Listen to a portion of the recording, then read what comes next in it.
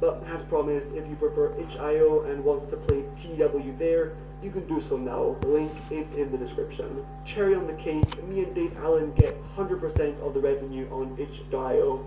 That's amazing and the best way to support Black Film Prods. Anyway, back to stats. You'll notice here that for now, about 600 people who had the game on their wish lists actually bought the Dreadful Whispers. And now I have almost 6.5 thousand. So I'm far away from the 50% I was unrealistically hoping for. But hey, it's still nice to see this rising number of wish lists, and who knows, those might turn into sales in the future. Less pleasant are the refunds. At the time of recording, there's been 75, which is about $750 earned and then snatched away. Steam has a pretty generous refund policy. If players play a game for less than 2 hours, they can refund it. The Dreadful Whispers is a pretty short game and can rather easily be completed in less than 2 hours. Whispers is a play a game for less than. Steam has a pretty generous refund policy and recording bills in the future. Rising number of wish lists, and who knows, those might turn into sales in the future. Less pleasant are the refunds. At the time of recording, there's been 75, which is about $750 earned and then snatched away. Steam has a pretty generous refund policy. If players play a game for less than 2 hours, they can refund it. The Dreadful Whispers is a pretty short game and can rather easily be completed in less than 2 hours, considering players aren't interested in discovering the different endings, alternate levels, and secrets. So I guess some players are a bit low in cash, or maybe didn't enjoy the experience enough, so ask for refunds.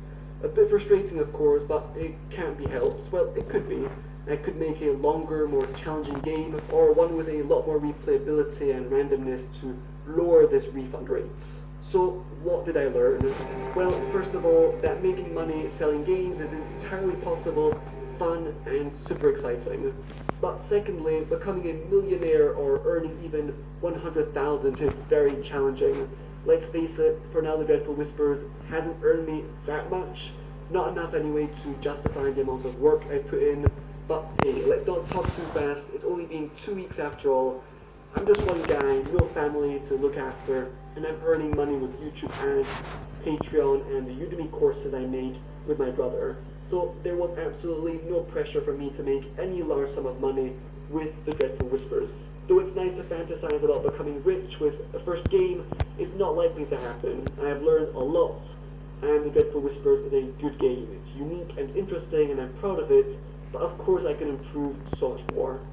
What else have I learned? Well, that Steam is tough. The Dreadful Whispers wasn't featured anywhere significant, as I said in the last video. I have no clue how much more money I would have earned had I been at the top of new and trending, for example, but I guess I'll just find out with my next game and share that with you here in the future. Thirdly, maybe running a pretty successful YouTube channel isn't enough for marketing. I bet all of my chances on my YouTube audience buying and playing the game, and I was hoping that initial exposure would get Steam to highlight the Dreadful Whispers somewhere important and bring in new players, but as you saw, not even 1,000 copies sold, despite my devlog videos getting about 20,000 views each. Maybe devlogs on YouTube is enough if the game is absolutely crazy exciting and I get lots of people retweeting and sharing, but I'll probably also make a much bigger effort in contacting press, let's players, going to events to show off my game, and of course setting up the store page much more in advance to build up more hype and wish lists. But the main thing is that I just need to improve my craft. Not even 1% of my total YouTube subscriber count bought the game. That's a pretty clear indication that maybe the trailer and game I created wasn't massively exciting from the outside. I stand by the fact that I'm proud of this world and the overall reviews confirm that. Славы, значит, и славы, An average player will need more hype, intrigue, and desire before willingly spending his cash, and that's completely normal. And finally, what have I learned? Well, that the rewards at the end, like money and reviews, feel nice. Money is of course important, but please don't make games for money. As you see, it's hard work, and payments most of the time won't be huge. The main reward is the journey, as cliche as that may sound. You need to really enjoy the process or it's not worth it. As I've said in almost every video recently, I've learned a great deal creating this game. Not everyone enjoyed it, a staggering majority did, and I'll promise you this, I'm going to put all this experience to good use. To conclude, The Dreadful Whispers is a critical success with the lovely reviews people are writing.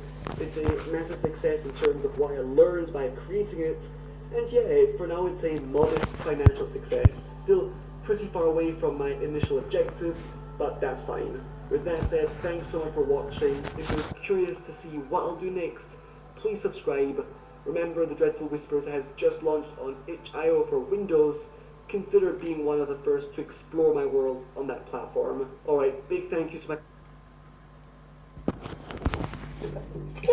Наши сотрудники работают удаленно. Нужен только компьютер и стабильный интернет. Смены по 4 часа в день. Ищу толковых механиков. Выбирайте график и выходите. С меня надежные инструменты, премии по итогам работы.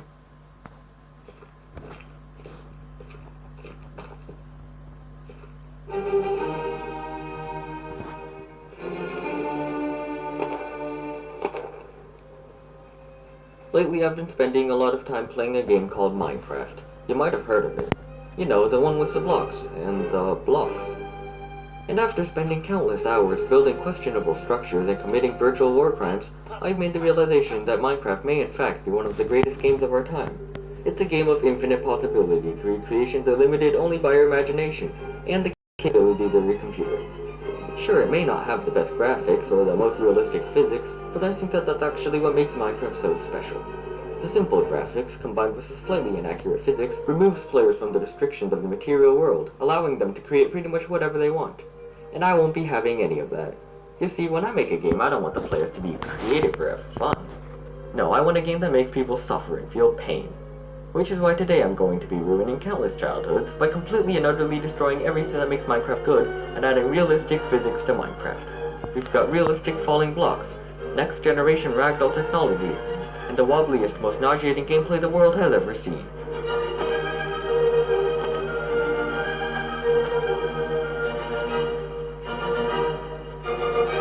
Let's get to it. So in order to add physics to Minecraft, you first need a Minecraft, obviously.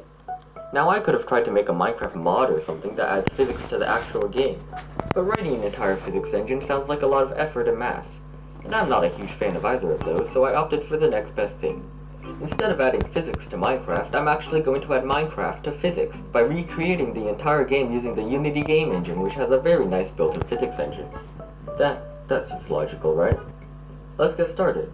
So as you probably know, Minecraft has infinite procedurally generated worlds made up of blocks, or voxels. And it's in these worlds that all the Minecrafting takes place, so that was what I decided to try to replicate first. I started off small with a little 1x1 unit dirt block, which is just a cube with a dirt texture scribbled on. Then I made a simple script that spawned a bunch of these blocks in a grid, just like in Minecraft. However, unlike Minecraft, these blocks aren't too exciting and lack a certain depth to them. So I threw in a bit of Perlenoise, which is a type of randomness that can be used to generate maps sort of like this, to offset the cubes. And now we have some wavy hills. Cool, that's it, right? We have our terrain, now all we have to do is add more cubes and make the world a bit bigger and... oh, right. Apparently, having this many cubes in the world at once isn't great for performance. Luckily, there is a pretty simple solution. Instead of making tons of cube objects, we can instead create a single object that is shaped like multiple cubes, which should be pretty efficient. And since the world is made up of cubes, this should be pretty easy, as all we have to do is manually create squares depending on where the blocks are, update the colliders, for collision, and let Unity handle the rest. And so, after a few trips to Stack Overflow and a couple of voxel generation tutorials, I managed to get this set up. Pretty cool, our world is looking as stylish as ever and my computer is no longer screaming in pain. But it's still a little small and Minecraft worlds are infinite, which is a bit of a problem. But this too has a simple solution. You see, the world in Minecraft seems infinite because of something called chunks. Basically, each chunk is, well, a chunk of blocks. In Minecraft, there's these big boxes, 16 by 16 blocks wide and 256 blocks high, that contain all the blocks inside this area. And Minecraft saves these chunks and loads in the closest chunks to the player, and if the player moves to another chunk, it unloads old ones and loads new ones, which allows the world to be very, very big, since there are always only a set number of chunks active at any given time. So I implemented that by basically just storing our chunks in a dictionary, which is a fancy data structure that lets me map each chunk to a coordinate, and loading, unloading, or generating new chunks every time the player moves to a different chunk using this dictionary. Stuck at home? Start selling your idle PC power while you sleep. Install NiceHash Miner, and with a simple click of a button, you will join thousands of miners around the world. Your PC will work for you even when you sleep. Register at NiceHash and give it a try today.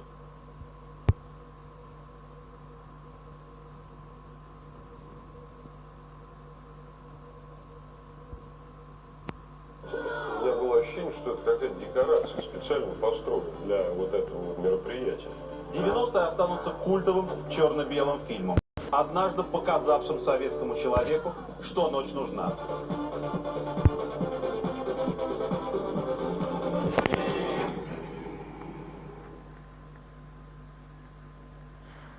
And yeah, loading and unloading already existing chunks around the play works flawlessly and the performance is pretty good, since we're just getting the chunks from the dictionary and setting whether or not they're active.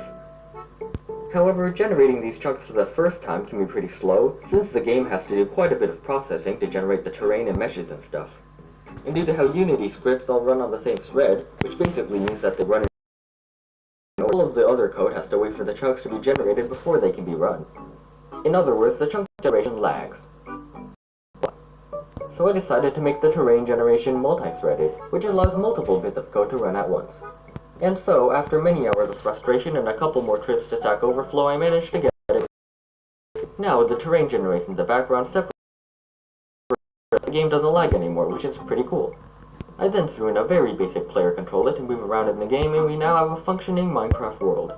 The terrain generation system works pretty much the same as in actual Minecraft, and chunks will load and unload around the player, which allows for pretty much infinite worlds, at least as long as your computer doesn't run out of memory, the noise library doesn't start screwing up with huge numbers like what happened with the Minecraft Farlands, and Unity decides to behave. However, unlike the terrain gen in Minecraft, everything is, well, made of dirt. So let's spice it up a little. I wasn't all that happy with the boring old hill, so I layered on a bit more Perlinoise to spice up the surface, and added some 3D Perlinoise underground to get these cave things. I also turned lower blocks into stone, put some bedrock on the bottom, turned any exposed dirt blocks to grass, added a couple ore blocks and some ore generation, and made trees randomly appear. And now it's starting to look a bit like Minecraft. Keyword being look because it sure as hell doesn't play like Minecraft. So let's add the player into the game. Now in high intensity app, which allows the world to be very, very big, since there are always only a set number of chunks active at any given time. So I implemented that by basically the dictionary, which is a fancy data structure that lets me map each chunk to a coordinate, and loading, unloading, or generating new chunks every time the player moves to a different chunk using this dictionary. And yeah, loading and unloading already existing chunks around the play works flawlessly and the performance is pretty good, since we're just getting the chunks from the dictionary and setting whether or not they're active. However, generating these chunks for the first time can be pretty slow, since the game has to do quite a bit of processing to generate the terrain and meshes and stuff. And due to how Unity scripts all run on the same thread, which basically means that they run in order one after another, all of the other code has to wait for the chunks to be generated before they can be run. In other words, the chunk generation lags a lot. So I decided to make the terrain generation multi-threaded, with multiple bits of code to run at once. And so, after many hours of frustration and a couple more trips to Stack Overflow, I managed to get it working. Now, the terrain generates in the background separately from everything else, which means that the game doesn't lag anymore, which is pretty cool.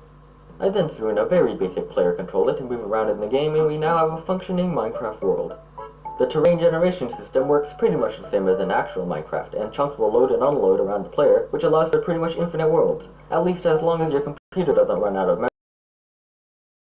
Doesn't start screwing up with huge numbers, and he decides to behave. However, unlike the terrain gen in Minecraft, everything is, well, made of dirt. So let's spice it up a little. I wasn't all that happy with the boring old hill, so I layered on a bit more Perlinoise to spice up the surface, and added some 3D Perlinoise underground to get these cave things. I also turned lower blocks into stone, put some bedrock on the bottom, turned any exposed dirt blocks to grass, added a couple ore blocks and some ore generation, and made trees randomly appear. And now it's starting to look a bit like Minecraft. Keyword being look because it sure as hell doesn't play like Minecraft. So let's add the player into the game. Now in high intensity action-packed games such as Minecraft, good responsive controls are very important. Without them, games can be really difficult to play, which can cause a lot of frustration. Which is exactly why I decided to make the player the wobbliest ragdoll man you could possibly make. Well, technically he's not a ragdoll or a man. He's actually just an invisible capsule thing, because in actual Minecraft, when you're in first person mode, you can't see your body. So that's why you can't see your body in this game either. Definitely not because I was too lazy to make a body or anything. But anyways, our being here is essentially just a rigid body with some script. I've set it up so that pressing the WASD keys applies force to move it like a standard first-person controller, except with one key difference being that the force is actually applied at a point slightly above the center of mass, so moving around will cause it to tilt. Then I apply torque or force to the rotation to try to balance it. And if you do touch anything, it starts wobbling uncontrollably and causes uncomfortable levels of motion sickness. And finally, I added a healthy amount of post-processing and motion blur to really rub in the motion sickness. And that's pretty cool. We basically have really bad Minecraft now. Except, well, you can't mine or craft. So I think it's time we added destruction. Now in Minecraft, if you want to break a block, you just have to point at it and click, which is far too convenient and easy for my tastes, even with a player as wobbly as this one. I want the players to really struggle and to suffer and to just have a bad time all around. Which is why I took a hint from famously frustrating games like Getting Over It and made the player's hand a ragdoll. And in order to mine, you have to physically hit the block with your limp noodle hand. It's just great. I basically created this nightmare of game design by first modeling and rigging a hand in Blender. No, not that Blender, the 3D modeling tool. Although judging by the quality of this model, I might as well just use an actual Blender. But anyways, I then took this model over to the gift of the arm just the slightest bit of strength, so that it isn't a complete wet noodle and at least has a bit of a resemblance to an arm. Then I slapped on a pickaxe, and now you can break things by left-clicking, But anyways, I then took this model over to Unity and gave it the gift of life. I also gave the arm just the slightest bit of strength, so that it isn't a complete wet noodle and at least has a bit of a resemblance to an arm. Then I slapped on a pickaxe, and now you can break things by left-clicking, which swings the arm and activates the script that handles collisions to break blocks. I then threw in a bit of Unity particle system to make it look nice and made the block drop a smaller version of itself for the player to pick up, and yeah, I am ready to mine. But wait, there's still something missing. Hear that? It sounds like inaccurate physics. And we can't have any of that, so let's do some physicsing. So basically our problem is that when you separate blocks from the ground by breaking other blocks, things float, which last time I checked isn't very realistic. So let's make them fall. We're gonna have to do a bit of scripting for this one. Basically, our problem of objects floating happens whenever you separate a cluster of blocks from the ground by breaking the block holding them together. So all we have to do is run a check where whenever we break a block, we do a flood fill, which is a way to loop through the block starting from the block we destroyed outwards, to find any separated objects and check if anything is floating. And we'll stop searching after a certain amount of blocks have been searched, which should save a bit of processing power and also prevent the entire world from falling. This does mean that really big structures won't fall, but I highly doubt anyone would actually be able to create a structure of that size with these janky controls, so it should be fine. Then, if we find any floating we'll just separate those blocks from the chunk, slap on a couple of box collars for accurate collisions, and add a rigid body to make it fall. Now at first glance, you might think that this approach is pretty bad, since we're looping through tons of blocks every time we break one, and you aren't wrong. However, it actually doesn't run that badly due to how we aren't actually searching that many blocks, and the code is pretty optimized and is essentially just looping through an array of integers, which is pretty fast. Then I applied this to the blocks that have already fallen using some additional bits of mass, and now you can break them into even smaller pieces, which is pretty cool. So now we can break blocks. The next logical move is to add placing blocks, so let's do that. Now placing blocks in the actually good version of Minecraft functions pretty much the same as breaking them. You point and then right click. However, I once again wanted more. If blocks magically appear, the hand will throw a mini version of the block, which will whatever it hits. It also bounces off the physics-enabled blocks because I was too lazy to make a build into them. But I think it looks better like this anyways, and you can do some pretty cool trick shots, so it's here to stay. The way I made this was very similar to how I implemented breaking blocks, except this time the arm throws the block. And it works great. Placing blocks is now not only realistic, but also nearly impossible to do well, which I'm sure will be great in a game about building things. However, that reminds me, Minecraft isn't just about building, it can also be about adventure and discovery. And that isn't all that fun to do alone, so let's make some friends. I started off with a zombie first, but while I haven't met one in person, I'm sure they're friendly, right? Anyway.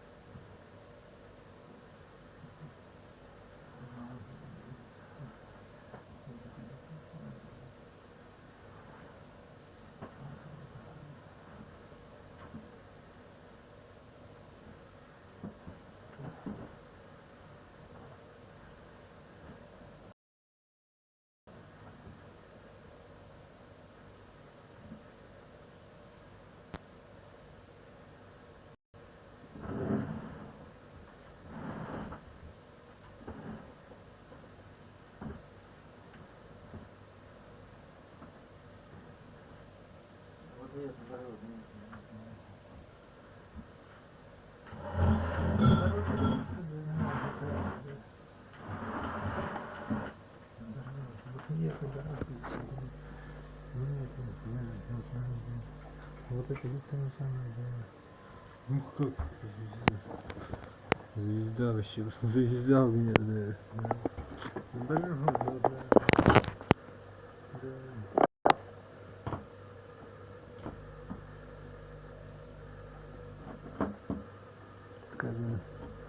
Скажем,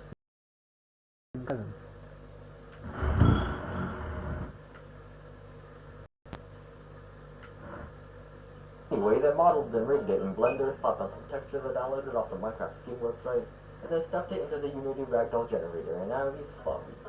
Maybe a bit too fluffy. I don't want him to act like he's dead all the time, I want him to be, well, undead. So I added some code to balance him and to make him walk. It basically works by first applying forces to balance it just like with the player. And to get it to walk, I use some inverse kinematics, which is a way to tell foot to get a point by bending leg.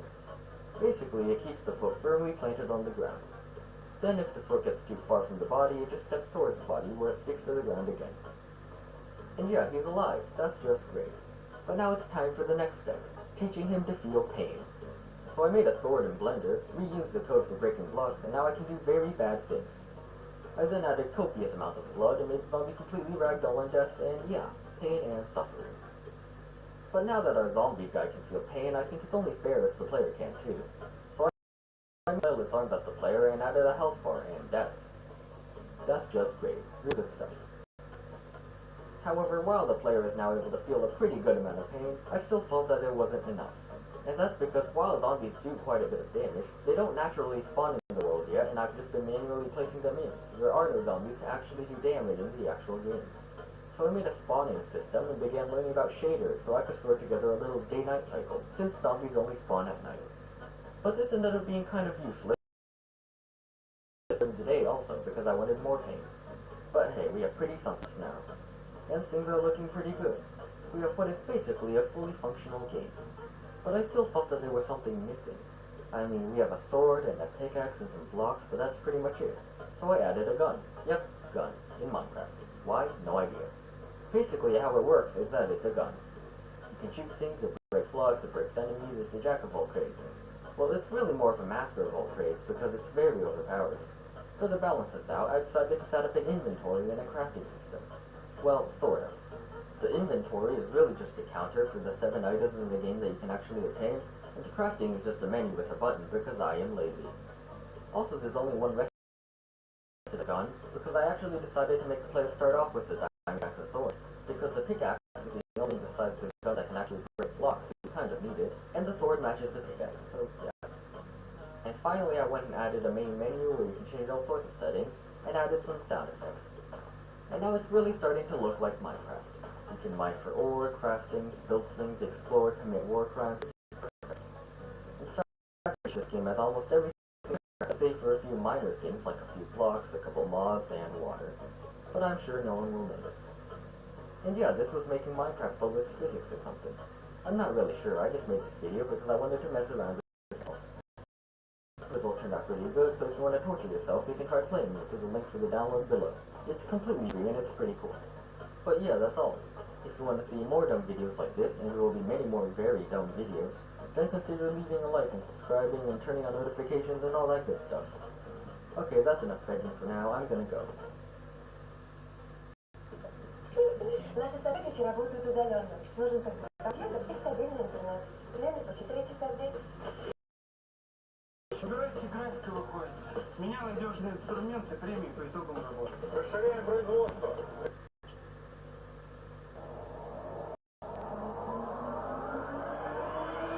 Rain, caves, water, trees.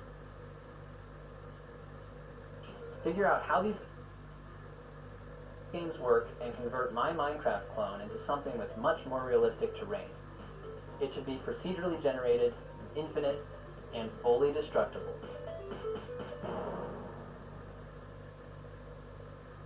Let's start with a basic sine wave. If you really use your imagination, it sort of looks like some hills or something. So let's turn it into terrain. In order for it to actually be rendered by a game engine, we need to somehow triangles. In 2D, we can accomplish this with an algorithm called marching squares. Marching squares will build up our mesh one piece at a time by checking how the terrain intersects with many small square-shaped regions. For our terrain generator, we'll use the 3D version of marching squares called, you guessed it, marching cubes. And instead of a sine function, we'll use some slightly more advanced coherent noise functions, which create much more natural-looking hilly terrain. Alright, let's get programming.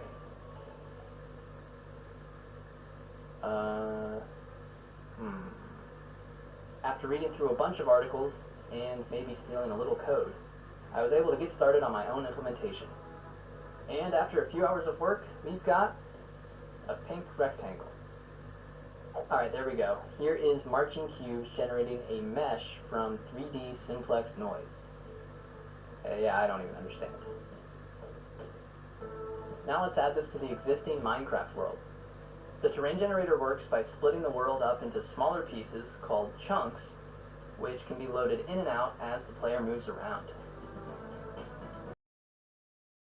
Blocky mesh generator for marching cubes, and it works without any problems. Okay, now we can walk around some procedurally generated terrain.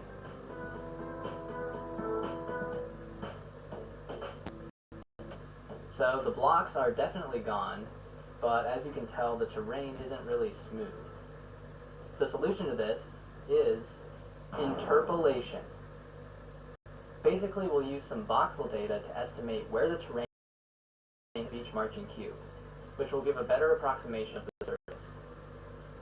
So let's steal some more code, program that, and what the? Okay, something's not right. My code actually worked.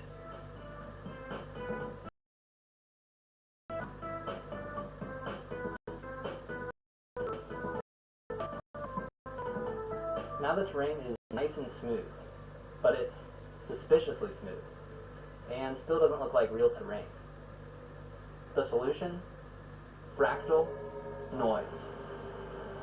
Fractal noise just takes a bunch of noise layers of decreasing scales and adds them together, each contributing smaller and smaller details that adds them together. Fractal noise just takes a bunch of noise layers of decreasing scales and adds them together, each contributing smaller and smaller details. and the result is much more natural looking terrain.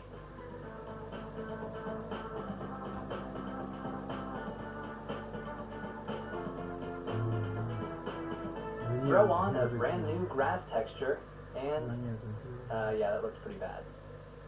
But it's probably the most you can expect from me.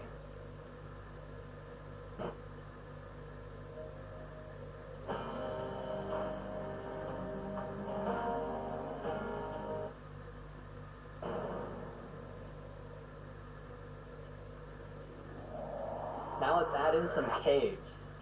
Just like in the Minecraft clone, we'll use some 3D noise to cut pieces out of the terrain. But this time, the transition between the caves and the surface ended up being a little bit of a challenge because I had to deal with that whole interpolation thing. But I eventually sort of figured it out, and we've got caves again.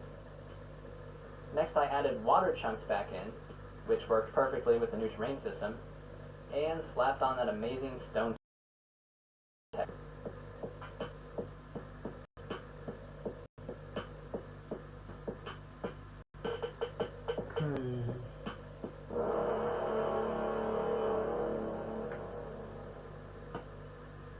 I unfortunately couldn't just reuse the tree generation code from the Minecraft clone, so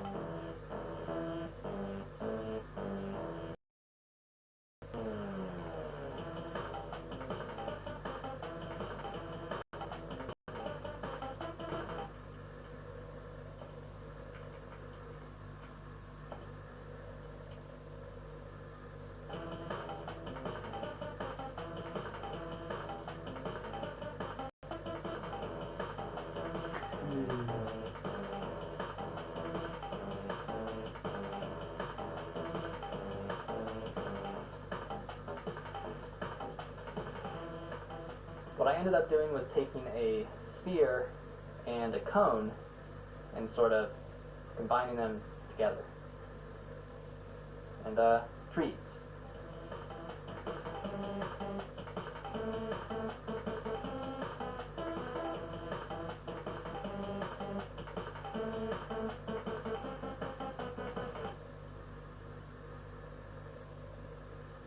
For terrain modification, I want to make something similar to Astroneer, where you dig these nice circular holes and build these big worm things.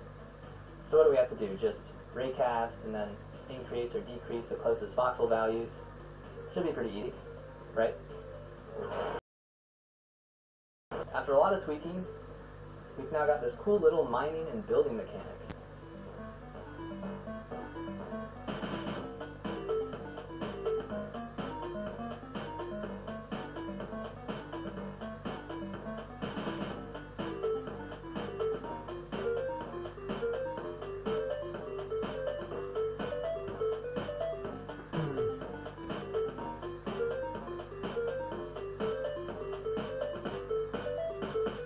Next, I played around with masking and transitioning between different noise layers, so now we can create larger scale amount.